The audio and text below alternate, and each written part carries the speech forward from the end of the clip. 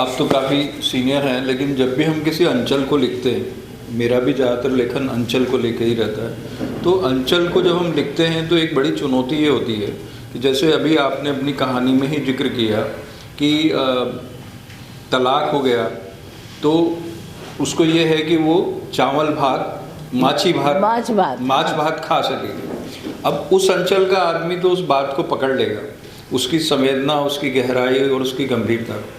लेकिन दूसरे अंचल का, मान लीजिए मालवा में आदमी बैठे है, तो कहेगा इसमें ऐसी कौन सी बात है कि माछ भात नहीं खाया तो नहीं खाया, हम भी तो नहीं खाते।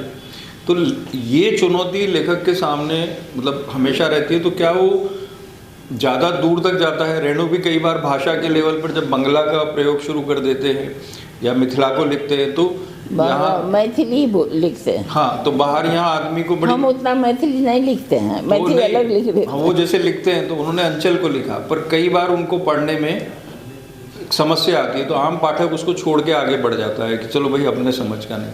तो इस चुनौती से कैसे लेखक निपटे और उसको अंचल भी लिखना है? माछ भात ये हम इसलिए बोले कि वो जो है, एक है जानकी, वो कहानी मैथिली की थी जिसका हिंदी अनुवाद है संजोगवश उसमें संग्रह में, नहीं तो मछली भात ही लिखा है मानव। मगर हाँ, ये आप सही कह रहे हैं कि बहुत सारी जगह में तो मछली भात से कोई मतलब नहीं है, वो तो बंगाल, मिथिला और उड़ीसा छोड़कर और किसी को मतलब नहीं। तो आप हमारे अंचल, आपके अंचल या मालवा के अंचल में जो कुछ भी हो रहा है उसको हम आपकी कहानी पढ़ के हम जान सकते हैं, और वो जिज्ञासा हम पूछ के ही शांत कर सकते हैं, ऐसे नहीं होगा।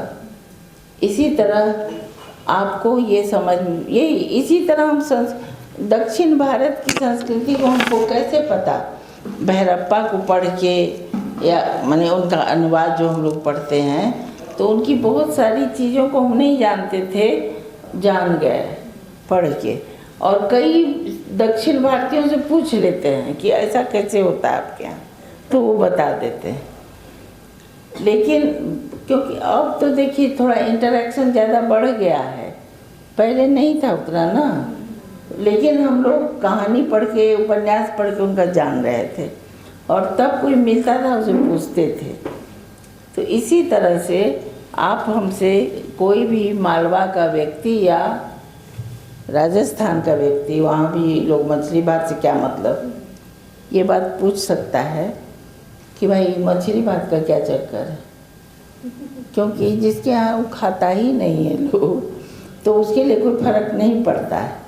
लेकिन हमारे यहाँ क्या है, मिथिला और बंगाल में, कि 6-8 महीना तो पानी में डूबा रहता है, धरती रहती है डूबी हुई, खाने को आपको मछली ही मिलेगा और कुछ नहीं। तो मछली खाते हैं लोग, नहीं तो क्यों खाएंगे मछली? वो खाने की, ये सब तो भौगोलिक कारण है।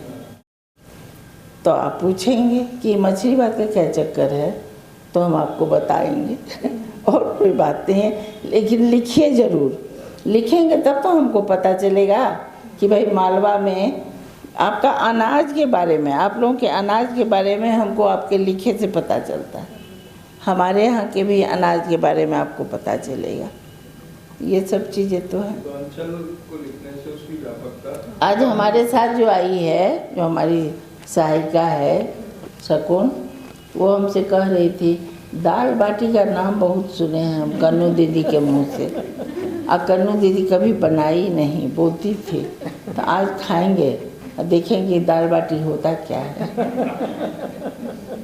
तो वो तो पढ़ी लिखी नहीं है बेचारी, लेकिन उसने कन्नू के मुंह से सुना है बार बार दाल बाटी, और बनाई वो नहीं। बोले अच्छा अगली बार बना देंगे। तो इस बार वो अब कहेगी कि हमने दाल बाटी खाई। तो अपना अपना एक, हमारे यहाँ दही चूड़ा खाते, हम लोग सत्तू वाले लोग नहीं हैं, हमारे मिथिला में लोग नहीं खाते हैं, भोजपुरी लोग सत्तू खाते हैं,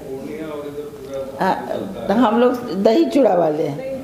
और ये जो मगध, हम अब रहते तो मगध में हैं, और भोजपुर, तो मगध और भोजपुर सत्तू वाले लोग हैं। तो ये सारी चीज़ें जो है ना, वो सब अब पढ़ के हम लोग एक दूसरे को पहचान रहे हैं, बहुत कुछ जान रहे हैं। बहुत अच्छी बात आपने कही और निश्चित तौर पे हम एक लेखक के लेखन से सिर्फ विचार ही नहीं लेते बल्कि उस लेखक के आसपास की संस्कृति, उसकी बोलचाल, उसकी भाषा के साथ ही उसके खान पान रहन सहन की भी बातचीत है। इसी तरह हम देखें तो बोली की बात भी आती है। जैसे भाई साहब ने कहा कि एक परंपरा या प्रचलन के बारे में, जैसे आपकी इस कहानी में है एक है जानकी में, इसी तरह जैसे रेणु का हम जब मेला आंचल पढ़ते हैं तो उसमें तमाम मैथिली के वाक्य आते हैं पूरे के पूरे। पहली नज़र में हमें लगता है कि बहुत ही जटिल है पढ़ पाना, कैसे पढ़ेंगे, लेकिन अंततः पढ़ते हैं उसको और बहुत रीडेबल उपन्यास है, बहुत ज़्यादा पढ़ा गया है लोगों के द्वारा।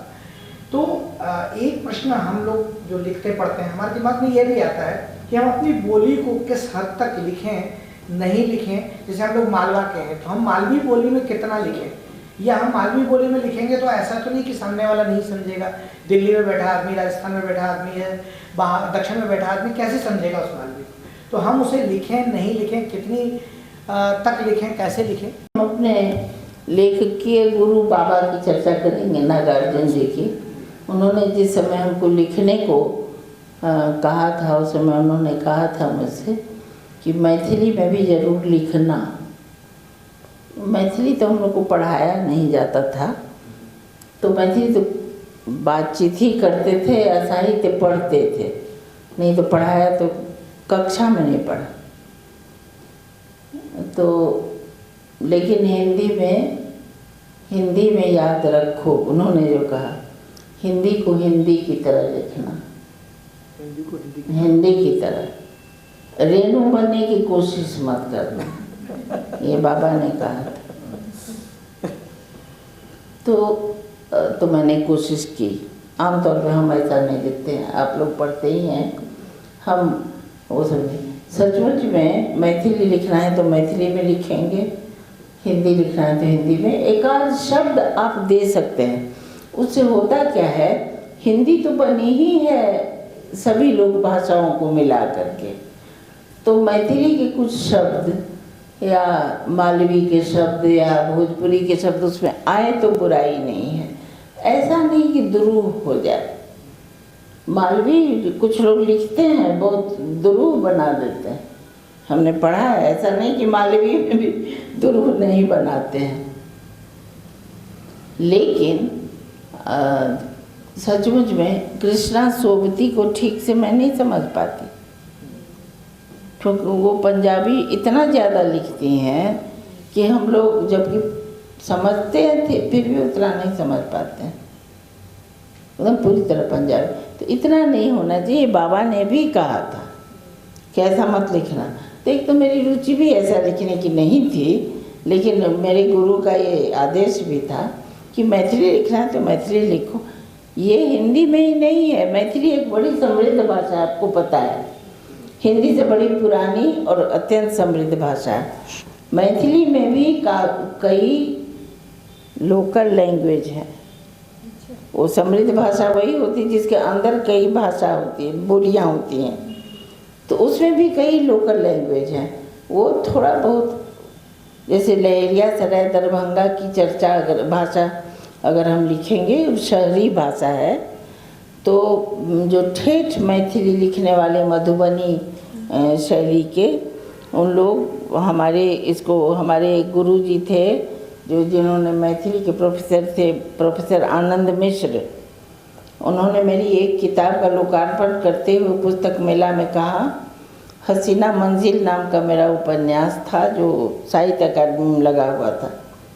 उन्होंने कहा कि उषा दाई को, दाई मैंने बेटी, जो मेरे बारे में, कि इसको एक दिन साहित्य अकादमी अवार्ड मिलेगा। उन्होंने कहा हसीना दाई को नहीं मिलेगा, मैंने हसीना मंजिल को नहीं मिलेगा। लोग पूछा क्यों ऐसा क्यों कर रहे हैं? हाँ, उस समय लगा हुआ था वो साहित्य अकादमी में, इसलिए कि वो लहरिया सराय की भाषा लिखी है, क्योंकि उसमें लोकल लैंग्वेजेज है मिला हुआ, तो मैथिली में भी है, इसीलिए होता है। मगर उतना ज़्यादा नहीं लिखना चाहिए मेरी समझ से। बाबा की इस बात को हम मानते हैं कि हिंदी को हिंदी की तरह लिखना चाहिए।